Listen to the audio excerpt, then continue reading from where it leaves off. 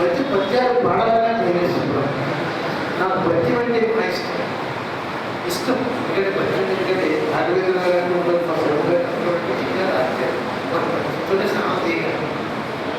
నాకు ఇష్టం. కానీ ఈ మధ్య పాడడానికి ఎందుకు భయం వేస్తుందంటే సైన్స్ సెంటర్ రావాలని ఎదురైందంటే ఆ విశ్వవిద్యాలయం పేరు నమ్మేది. నేనేమో అప్పుడప్పుడు ఇష్టపడి పద్యాలు పాడుకుంటాను. మాకు విశ్వవిద్యాలయంలో పాడుకుంటాను. ఇదంతా ఏమవుతుంది, బయట వాళ్ళంతా ఎటువంటి అభిప్రాయానికి వచ్చేసారంటే నన్నయ్య విశ్వవిద్యాలయం ఆ పేరు కూడా ఉంది, నేను వైద్యాసులు ఉంది, పద్యాలు పాడుకుంటాను. ఇంకా నా చరిత్ర తెలిసిన వాళ్ళు అంటే కొంతమంది తెలిసే ఉంటుంది, శరదారులకు కూడా. మేము గత 6 సంవత్సరాలకి నాకు కావలి సేవా సమితి ఉంటుంది. దానికి నేను ప్రధాన కార్యదర్శి, మా చాలా సభ్యులు. మేము గత చాలా 90 సంవత్సరాల నుంచి తిరుమల నుంచి దేవస్థానంతో కలిసి అంటే ఎందుకు ప్రస్తావిస్తున్నానంటే రాఘవేంద్రరావు గారు పద్యం కోసం చెప్తున్నాను, అందుకని చెప్తున్నాం. తిరుమల తిరుపతి దేవస్థానంతో కలిసి మేము శతక పద్యధారణ పోటీలు అనేవి ఈ 2 రాష్ట్రాల్లో కూడా నిర్వహిస్తున్నాం. చాలా 10 సంవత్సరాలు. ఇదంతా తెలిసిన వాళ్ళు నన్నయ్య దేవుడి ఏ పద్యం అది చూస్తుంటే చాలా మంది నన్ను ప్రత్యేకంగా అడిగిన వాళ్ళు ఉన్నారు. మన ఈ 2 జిల్లాలకి నాయకులు కూడా ఇది తెలుగు విశ్వవిద్యాలయం అని. విచిత్రం ఏంటంటే నన్నయ్య విశ్వవిద్యాలయం అనేది ఆంధ్ర విశ్వవిద్యాలయం నుంచి వేరు చేశారంటే ఆంధ్ర విశ్వవిద్యాలయం ఎటువంటి కోర్సులు ఆఫర్ చేస్తుందో కూడా అవే ఆఫర్ చేస్తారు. అన్నీ ఉంటాయి, తెలుగు కూడా ఉంటుంది. కానీ చాలా మంది తప్పటి తెలుగు అంటే ఎందుకు చేస్తామంటే ఇప్పుడు మీరు కూడా తగ్గించి తెలుగు విశ్వవిద్యాలయం ఎవరు అనుకుంటే మాత్రం తగ్గించి ఎందుకంటే దాన్ని కొంచెం కరెక్ట్ చేసుకోండి. నన్నయ్య విశ్వవిద్యాలయం అంటే అక్కడ అంతా ఉంటుంది, తెలుగు కూడా ఉంటుంది. అయితే అంతేకాకుండా రాఘవేంద్రరావు గారు మరి వారి ప్రజలు చెప్తున్నప్పటికీ రోజు యువతకి అటువంటి వాళ్ళ మార్గదర్శకులుగా మనం చూపించవలసిన అవసరం. వారి నాన్నగారి గురించి మీరు రాశారు, ఆయన నాకు గురువు అన్న. ఈరోజు మీకు ఎందుకంటే తల్లిదండ్రులు పేరు చెప్పడం కాదు కదా, నేను చెప్పవలసిన మీకు ఎటువంటి సంఘటనలు జరుగుతున్నాయి. అటు ఎందుకంటే తల్లిదండ్రులు ఎంత దూరంగా ఉంటే అంత మంచిది అనుకునేవారు.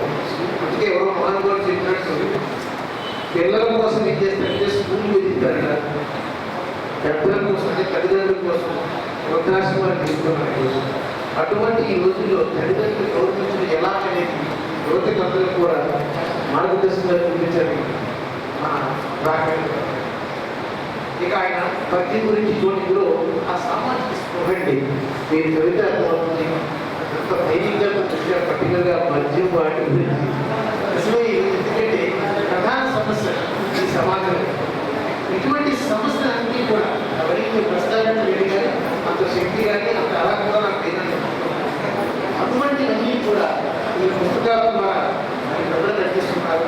దయచేసి మిమ్మల్ని అందరినీ అభ్యర్థించి ఏంటంటే మీరు పుస్తకం తీసుకొని మీరు చదివి ఎక్కడో వల్ల మీ ఊళ్ళో పెట్టడం కాకుండా ఆ పుస్తకాన్ని చదివించండి ఇంకో చేత. ఎందుకంటే ఆయన చూసారా ఆ పుస్తక వివరణ ఎలా వస్తున్నారంటే అది అతని ఉద్దేశం ఏంటంటే ఆయన మనసులో ఉన్నవన్నీ ఆ పుస్తకంలో చూపించారు. అవన్నీ కూడా ఈ సమాజానికి ఈరోజు అవసరం. ఎందుకంటే ఈరోజు ఇందాకే మన సమాజానికి అవసరమే ఇచ్చే వాళ్ళు చాలా తక్కువ. ఈరోజు మా 2 జిల్లాల్లో కూడా మన 2 జిల్లాల్లో ఒక్కొక్కసారి ఎంతో బాధగా ఉన్న విద్యాలయంలో కూడా మీరు పిల్లలకు అవసరమేం చెప్పట్లేదు. పిల్లలకు ఏది నచ్చిందో బాధిస్తున్నారు తప్ప అవసరమేం చెప్పట్లేదు. మీకు విచిత్రం ఏంటంటే సంవత్సరంలో ఈ ఫ్రెషర్స్ డే, యాక్టివేట్ డే ఇలాంటి పండుగలు చేస్తుంటారు.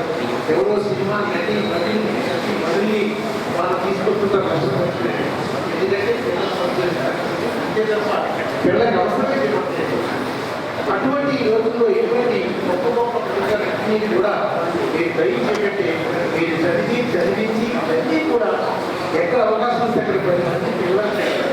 ఎందుకంటే సమాజంతో మారాలంటే మీ వల్ల నా వల్ల మార్పురాదు, మనలో మార్పు వచ్చేది ఎక్కడంటే ఆ పిల్లలతో.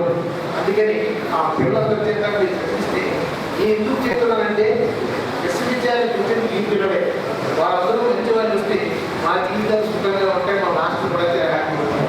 అందుకని ఈ అభ్యర్థన చేస్తూ మనస్ఫూర్తిగా మరొకసారి నా తరఫున ఆదికవి నన్నయ్య విశ్వవిద్యాలయం తరఫున వారి రాఘవేంద్రాన్ని మనస్ఫూర్తిగా అభినందిస్తూ వాటి అవకాశాన్ని ఇచ్చిన మీ అందరికీ కూడా